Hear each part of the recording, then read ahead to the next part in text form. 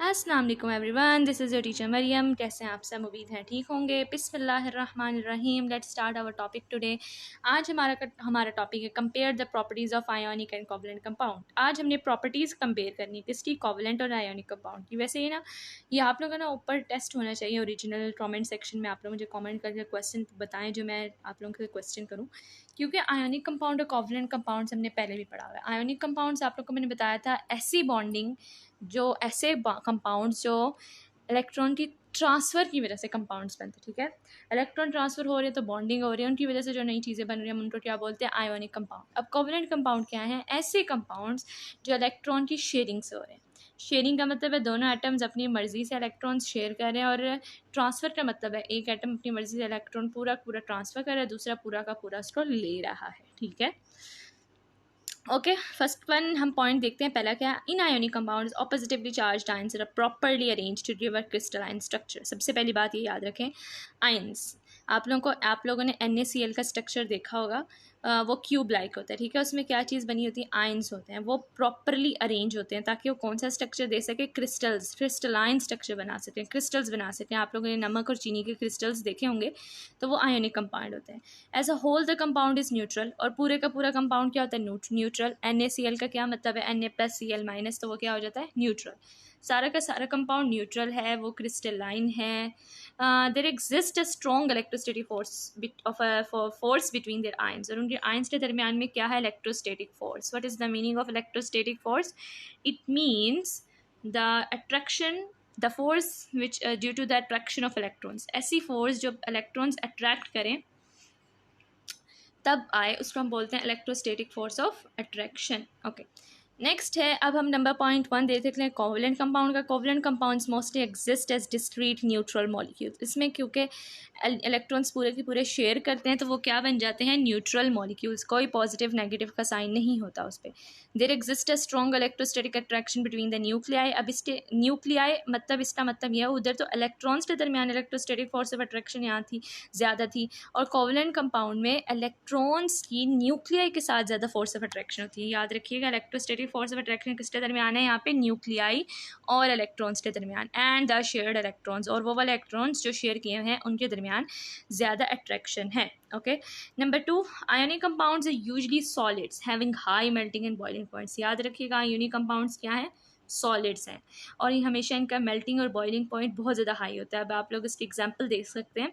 The melting point of sodium chloride is 801। जो हम नमक खाते पीते हैं उसका जब मेल्टिंग पॉइंट कितना है? 801, जो कि पॉसिबल ही नहीं है इस दुनिया में, बिकॉज इट इज़ क्योंकि पानी का ज़्यादा से ज़्यादा हम गर्म करें कितना हो जाता है? 100 डिग्री सेल्सियस, उससे ज़्यादा वो गर्म होता ही नहीं है। तो 801 जब नमक तब पिघलेगा जब उसका टेम्परेचर 801 होगा। ये आप लोग का MCQs भी है, शॉर्ट आंसर्स भी है।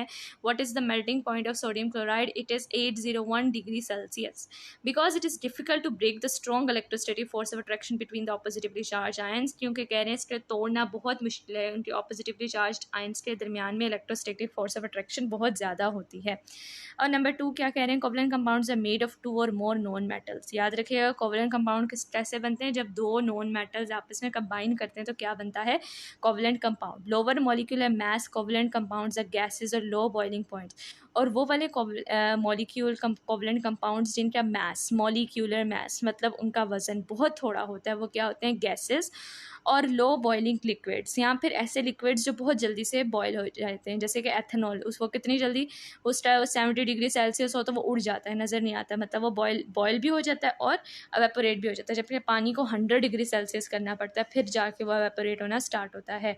तो कह रहे हैं वो वाले कोवलेंट कंपाउंड्स जिनका मॉलिक्यूलर मास मतलब वजन थोड़ा होता है, वो गैसेज एग्जिस्ट करते हैं, या फिर लो बॉइलिंग लिक्विड्स, वो वाली लिक्विड्स जिनका बॉइलिंग पॉइंट बहुत थोड़ा है। High molecular mass covalent compounds exist है सॉलिड्स, जबकि वो वाले कोवलेंट कंपाउंड्स जिनका वजन ज़्यादा है वो कैसे एग्जिस्ट करेंगे? सॉलिड्स के तौर पे एग्जिस्ट करेंगे। Generally they have lower melting and boiling points, और उनका मेल्टिंग और बॉइलिंग पॉइंट भी थोड़ा होगा। नेक्स्ट है number 3, ionic compounds are generally soluble in polar solvents like water. Ionic compounds हमेशा पोलर सॉल्वेंट्स में डिसॉल्व हो जाते हैं, जैसे कि पानी।